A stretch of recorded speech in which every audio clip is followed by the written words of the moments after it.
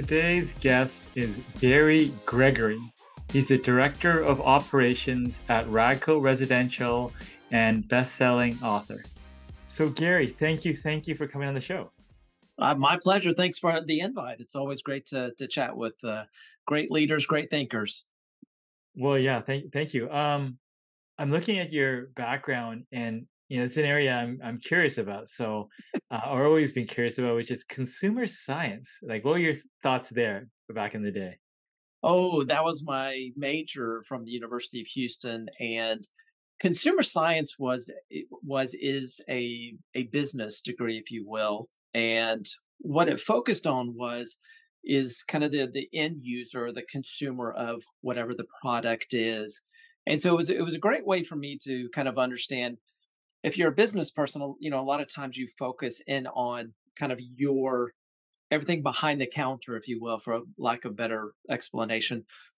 Consumer science, what it did was it took you to the other side of the counter and what is, based on what you're doing, what your business is, what your kind of product is, what is the experience on the other side of the counter? What is that customer experiencing when they engage in business with you? And that kind of intrigued me. So it was kind of a different perspective, if you will, from a business degree. And so I was just something that was kind of interesting is that I went that route. Yeah, and sort of what sort of got you into the housing side of things?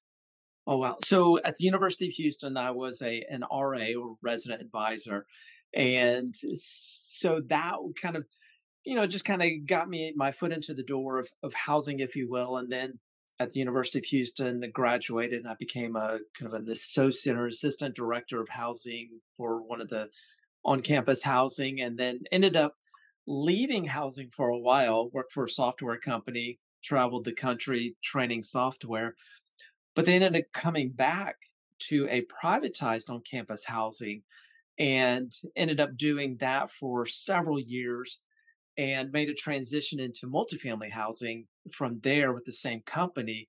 And it's just I've been in it ever since, and it's been a great career path, a great opportunities to learn and grow and meet some incredible people. Yeah, I mean, for people that don't understand the industry, I mean, how do you usually explain what you do there? So multifamily housing, bottom line is we provide homes for people. And the simplest explanation, that's what we do. And so it's a gift that we're able to do that. And of course, there's all the things that go along with it. But it's bottom line, we provide people homes, and that's what we get to do each and every day. Yeah, and what are the sort of learnings and challenges you've sort of overcome, or sort of lessons learned through the years? Oh goodness. So kind of twofold, I would say. One is customer service, because no matter what you do in multifamily housing, you're always going to have a customer, whether it's an internal customer, being the people that you work with, your vendor partners. You're always going to have that customer, and you're also going to have an external customer. And those are those people that rent apartment homes from you. So you really got to be good at that customer service aspect, internal and external customer service, because there's all these different. It's a very fluid scenario and situations and circumstances. Things happen, life happens, business happens, and so you just got to be good at addressing those and taking care of those and problem solving, if you will. And Mm. so that's the customer service side. The other thing that I've learned being in multifamily housing is leadership and growing and identifying who you are as a leader and building yourself as a leader simply because you can get stuck in a role. And we'll just use community manager, property manager as an example. And so there's a lot of great companies out there that will encourage, shared training and, encourage you to take this training class or that training class. Well, what I found was once I engaged with that training, plus I did additional training on my own to kind of develop myself as a leader and kind of figure out what I want to do next step. That's when I found the true magic started happening.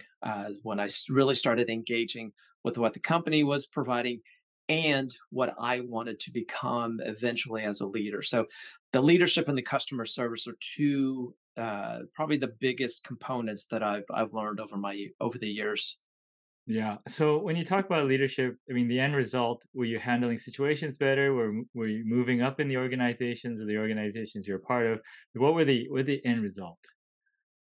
So yeah, so once I started kind of engaging with and really embracing what the company was doing, what their goals, what their visions were, and I started adding my own, teaching myself, learning what I wanted to learn so I could grow and get better.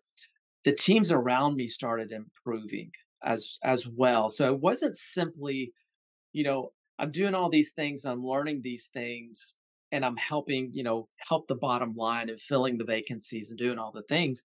But what was great about that was as I was improving myself, I was able to help my team and the people around me improve as well because I became, if you will, an example of like, here's some things that I'm doing, and now I get to share it with you, my team, and I get to encourage you along the way and help you and understand kind of the pains that they went through as they were growing themselves. Because I went through them as well, trying to figure out who I wanted to become as a leader. So now I can in turn kind of help them become who they want to become as a leader as well. So those are some of the great benefits, outcomes of kind of growing myself and understanding my leadership better. Yeah. I mean, that's a good question. Who do you want to become as a leader? I mean, how do you answer that in sort of a larger sort of context? Oh, so who you want to become as a leader is it's actually one of my books, and I found that to be a really missing question that a lot of leaders fail to ask themselves. And what they essentially do is they adopt their job title and essentially say, okay, I'm a community manager. Okay, that's who I am as a leader, or I become a district or regional manager or whatever. And then they adopt that as who they are as a leader. And it just kind of stops there. And what I found happens is once you kind of get into that job title role, you have a job description on a piece of paper. And that job description is your minimal acceptable performance. And so once you kind of embrace, you adopt that job title, you also embrace and adopt that minimal acceptable performance, which is your job title. You're like, okay, this is what I have to do to not lose my job. So that's all I'm going to do. But once you kind of unadopt, if you will, that job title, and you're like, okay, who do I want to become? What is it that I want to be as a leader? Where am I at now? And what's that journey look like to become who I want to be as a leader? And so you establish that understanding for yourself. I can be a community manager, I can be a regional manager, district manager, VP. Yes, but who do I want to become as that leader? Is it a kind of an angry leader? Am I going to be a supportive leader? Am I going to be a super fantastic leader? What does that look like? And so if you identify that, and it kind of has kind of an interesting term, it kind of transcends what that job title is. And if you are given and you work hard for that job title, you're given that job title as community manager, and you're like, yeah, it's great. And I will be more. Whatever I am given, I will be more because that is who I want to become as a leader. Yeah. And so that's what I think, and that kind of lends itself to engagement. And there's a lot of research out there. Gallup poll has done some research where it says, 33% of employees are engaged at work. And for me, what that means is there are 67% of employees at work that are just there. They're not engaged. And in fact, some of them may be, kind of pushing against the goals of the company. And so, yeah, you've got 33% that are engaged, but you've got a vast majority of them that are not. And I think it's simply because they're just adopted their job title. They just accepted their minimal acceptable performance from that job description. And so they're not engaged. They're just adopted that job title. And so when you become when you identify who you want to become as a leader, then I think that's where you start creating engagement. It's just a different perspective on who you are as that leader, whatever role you happen to be in that time. When you understand who you want to be as a leader, that's where the engagement comes from. Mm, that makes sense. Are there other things that follow that? Like, you answer that question. Are there frameworks? Do you look for traits, innate traits? Do you build on?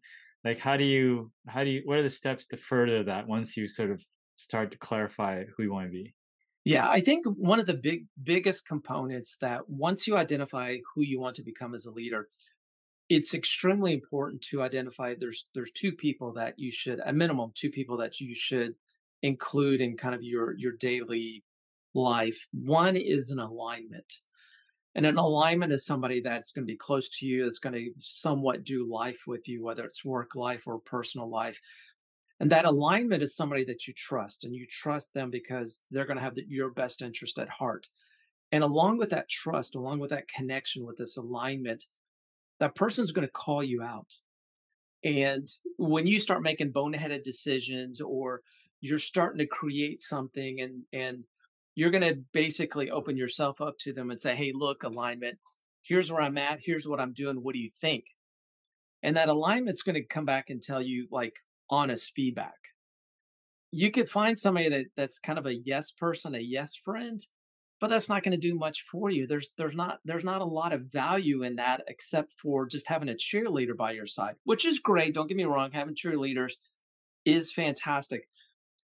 What you can really get true value from is that alignment person that is says, "Listen, Gary, I see what you're doing, it looks great. Here's where I would, or what if this happens, or, let's kind of tweak this." And you're like, "Oh, that's great."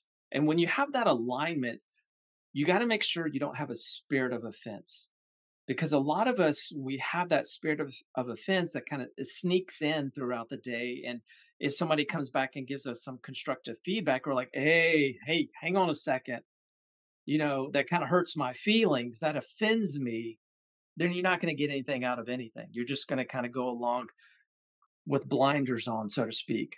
So the alignment is the first person that you really need to connect with. Have one or two alignments that you trust. They've got your best interest at heart.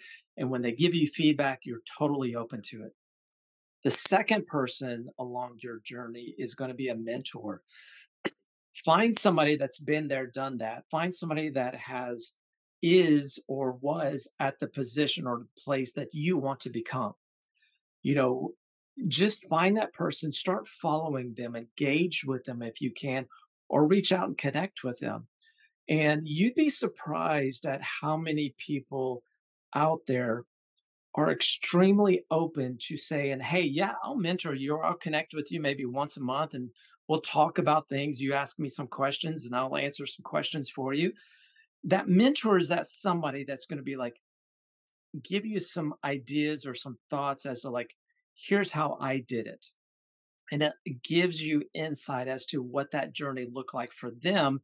You take that information and you apply it to your journey, because that mentor is somebody that you want to emulate in some capacity. So your alignment is critically important along your journey, and your mentor is just another kind of voice in your life that's going to help you kind of understand what that journey kind of look like, and maybe gives you some advice along the way because they've been there and done that. So those are the two people. Once you decide who you want to become as a leader, get you a couple of alignments, find your mentor, and really engage with them, really embrace that relationship with them.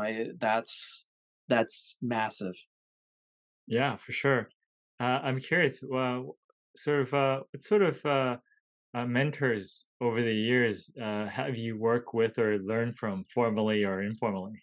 Oh yeah. So there's been, for me, I've had informally, as you can see, I read a lot of books, and so I love to read and kind of understand what other smart people, if you will, are writing or thinking. And so I engage with them, and then once I kind of find an author that and the whatever writing it resonates with me, then I will go follow them. I get their newsletters, or follow them on LinkedIn, watch their YouTube videos, and just kind of see, okay, what else beyond that book kind of resonates with me? What can I glean from that information along the way? So that's one kind of, I don't want to call it passive, but a kind of an indirect mentorship. But other mentorships that I've engaged with, or just people that I've like, man, this is a COO of a company. How can I engage? How can I talk to this person and maybe ask a question or two?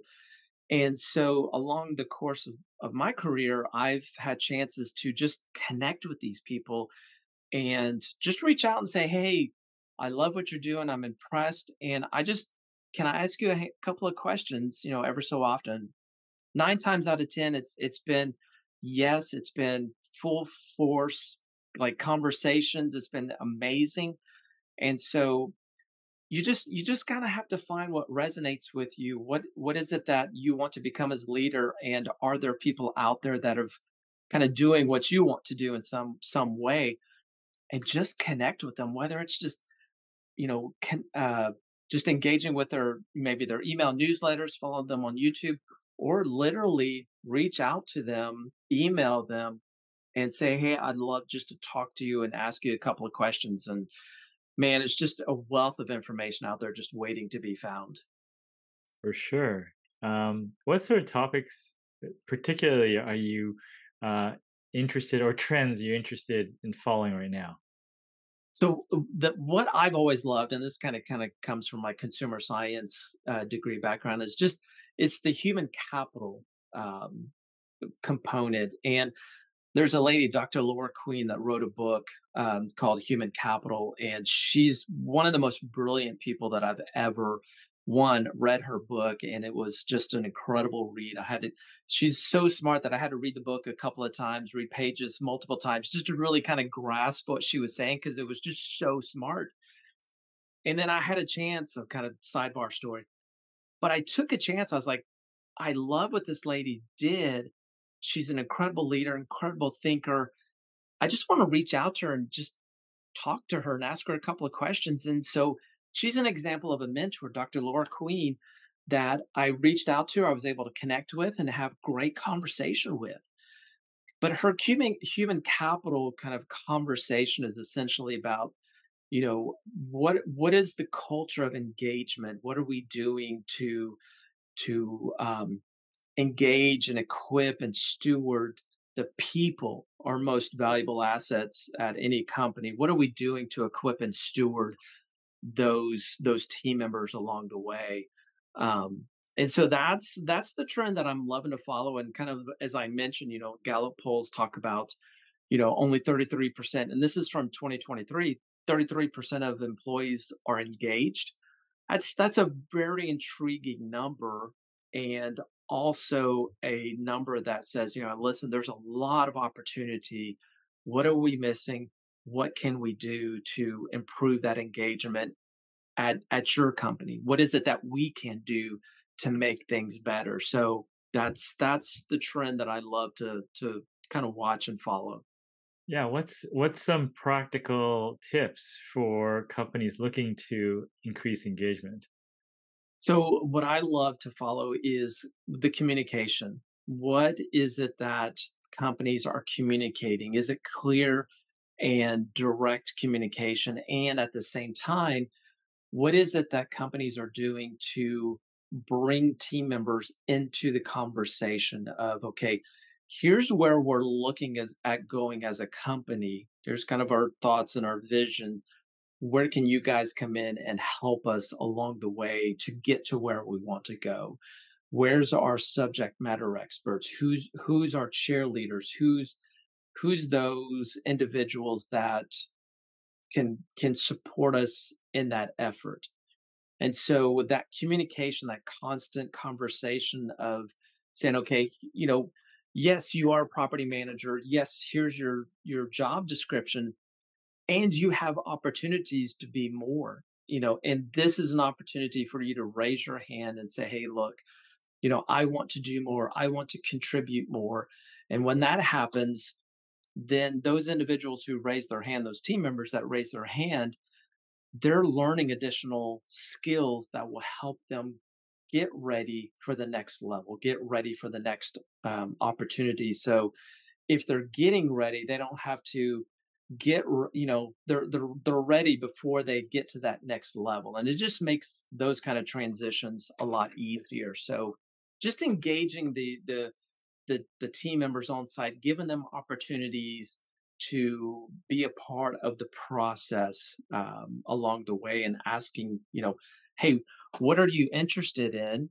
And then finding that out, and then plugging them into opportunities where they can really start honing their gifts, turning those into talents, and then creating skills from that. So I think those are some great things that any company can do along the way to build that engagement. Nice. Is there anything that I have not asked you but you wanted to share? Oh man, Tats, it's great to be able to chat with you and talk to you about this. I think it's important for any leader, and I think anybody that's in any role, whether you've got people directly reporting to you or not, you're a leader, and the things that you do are the leadership examples that you present to the world around you, whether it's your internal customers or your external customers. So what I encourage just any and everybody to do in their journey is figure out who do you want to become as a leader, and take those steps to really start figuring that out. Don't let your job title, don't let your job description limit your capacity, to limit your thinking, to really start thinking beyond that, and start planning, setting goals to figure out what it is you want to do next, and who do you want to become as you're going through that process. Get your alignment, get your mentors, and really take an active role in who you want to grow into. Because I think a lot of us just pass, and I was guilty of it for several years. I was just guilty of just kind of falling into the minimal acceptable performance. If the goal was, in multifamily, if your goal of occupancy was 95%, here you are, 95%, I'm good. But once I figured out I could really make some strides, or I had opportunities to get promoted, when I started thinking beyond my job description, that's when things really started to happen for me along the way. And that's when the promotions followed significantly. So raise your hand, figure out who you want to become as a leader, get into that journey, invest in yourself, get your alignments, get your mentors, and just go after it full force.